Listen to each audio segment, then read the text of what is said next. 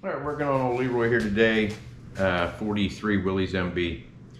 If you put a lot of miles on these old Jeeps, like I do, street miles, not off-roading, the oil in the front axle has a tendency to migrate out, and it's just the way they're designed. It just happens. It has a tendency to migrate out and into the knuckle area, the ball socket where the steering takes place, and the drive shafts come through out to the drive flange on the hub.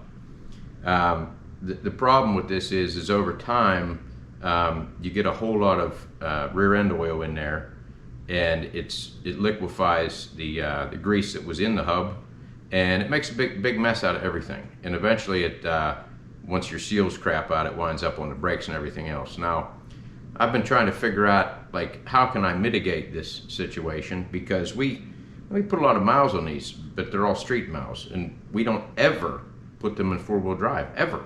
There's no reason to. We're not off-roading with these. These are historical vehicles, and they're not easily replaceable, especially when they're originals like this. So I haven't had a front drive shaft in this Jeep for 15 years, and I've put probably 12 or 14,000 miles on it in that amount of time, and all street miles.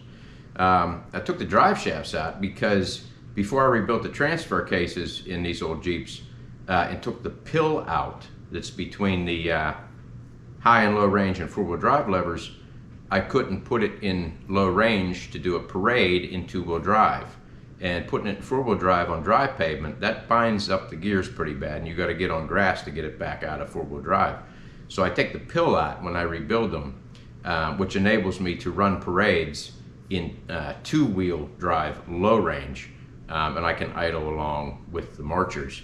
But because I don't ever put this thing in four-wheel drive, I thought, why am I turning these axle shafts inside this front axle? You know, if I take the axle shafts out, I can put the regular drive shaft that runs the differential back in. It will never spin, but it'll appear original.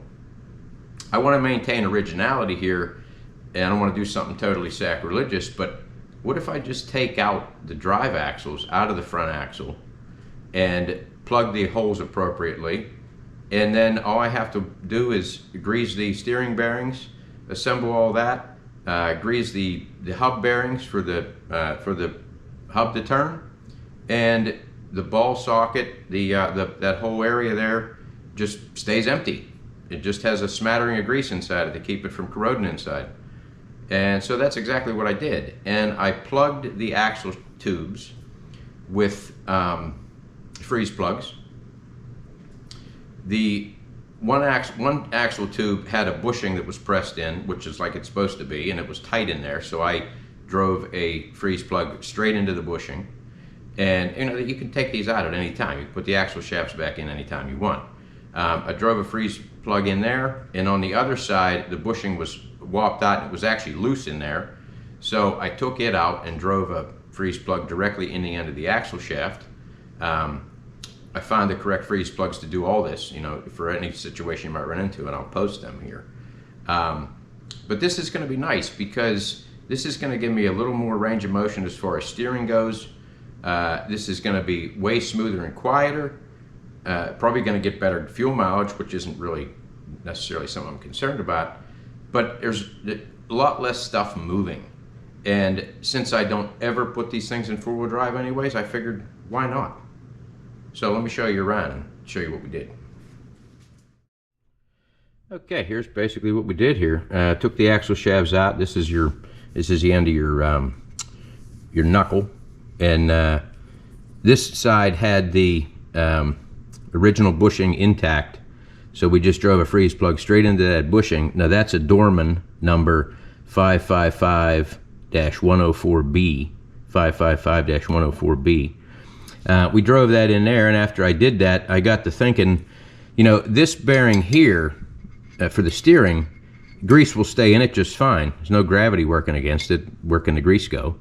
But this top bearing, now I figured this is going to be a bit of a problem because the grease could potentially, you know, these hubs get warm with the brakes running, you're running long distance or running around town, hitting the brakes a lot, could heat this hub up enough that it may, now the grease is supposed to be high temperature, but it may end up eventually, that grease might end up just falling out of that bearing.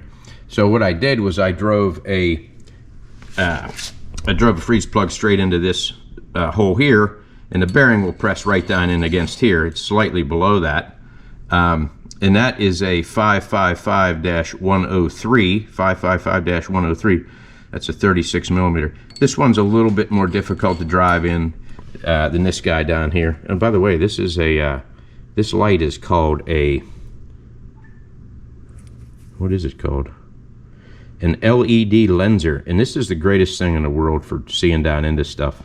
It's pretty bright LED on the end. You can look at the bores inside of wheel cylinders and master cylinder, and you know, you can just look at bores really nice. It lights up the inside of the bore, lets you see what's going on here.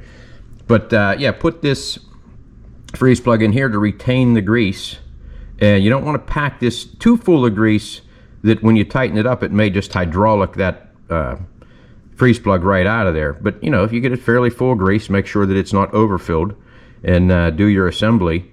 This will retain your grease in your top bearing. And there's such an incredible amount of tension on these bearings. I think it's pretty important that the grease be retained in the bearing. But yeah, that's pretty much it. Now the other side, did the same thing with same size freeze plug up here, but in here we had to get a little different size freeze plug because this side is, that freeze plug is straight in the axle tube itself, and that is a 555-025, 555-025. But yeah, we're just going to drive our bearings back in here, drive our races, our cones back in here on both sides, and get this reassembled without all that unnecessary stuff turning. One of the cool things about this old Jeep is there was two different axle shafts in it. There was a I believe that's a Bendix style, and then this old tractor joint, which is such a neat ass old joint. I got two of these Jeeps, and there's only one tractor joint in between both of those Jeeps. But yeah, that's pretty much it. And old Leroy's going to be back on the road here shortly.